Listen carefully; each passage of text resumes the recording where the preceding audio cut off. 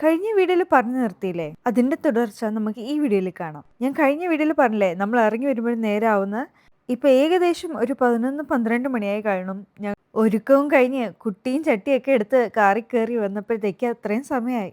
എനിക്ക് എന്നെ തന്നെ അറിയാലോ, അതുകൊണ്ടാണ് ഞാൻ നേരത്തെ കൂട്ടി അത് പറഞ്ഞിരുന്നത്. ഇനി നമുക്ക് ഒട്ടും സമയം കളയില്ല, നമുക്ക് ഉടനെ തന്നെ തിരിക്കാം. നമ്മൾ യാത്ര മുന്നോട്ട് പോകുന്തോറും ഇടയ്ക്കിടയ്ക്ക് സിദ്ധുവിൻ്റെ കരച്ചിലുകൾ ഞങ്ങൾക്ക് എക്സ്പെക്റ്റഡ് ആയിരുന്നു. അത് നേരത്തെ കണ്ട് ഞാൻ ബാക്കിൽ തന്നെ സീറ്റ് പിടിച്ചു. 6 മണിക്കൂറൊക്കെ എങ്ങനെയാണ് കാറിൽ കുത്തിയിരിക്കുക, അപ്പോൾ ഇതൊക്കെ നേരത്തെ കണ്ട് ഞാൻ കുറച്ച് സ്റ്റിക്ക് ഓൺ നെയിൽസ് ഒക്കെ എടുത്തിട്ട് വന്നു. അപ്പോൾ നമുക്ക് കൈൻ്റെ ഭംഗിയും കൂട്ടാം, ബോർ പിടിക്കാതിരിക്കാം.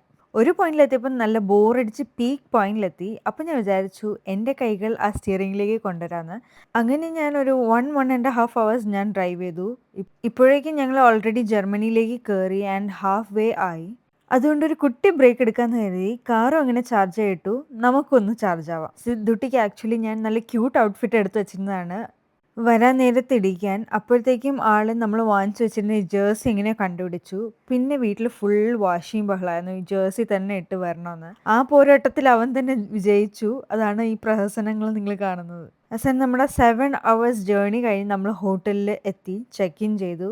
ഞങ്ങൾ ചൂസ് ചെയ്ത ഈ ഹോട്ടലും ഇന്ന് രാത്രി വാങ്ങിച്ച ഡിന്നറും രണ്ടും ഞങ്ങൾക്ക് പറ്റിയ അബദ്ധങ്ങളാണ്. ഇതിനെക്കുറിച്ച് ഞാൻ ലോങ് വീഡിയോയിൽ വിശദമായിട്ട് പറയാം. അപ്പോൾ സ്റ്റേ ട്യൂൺ.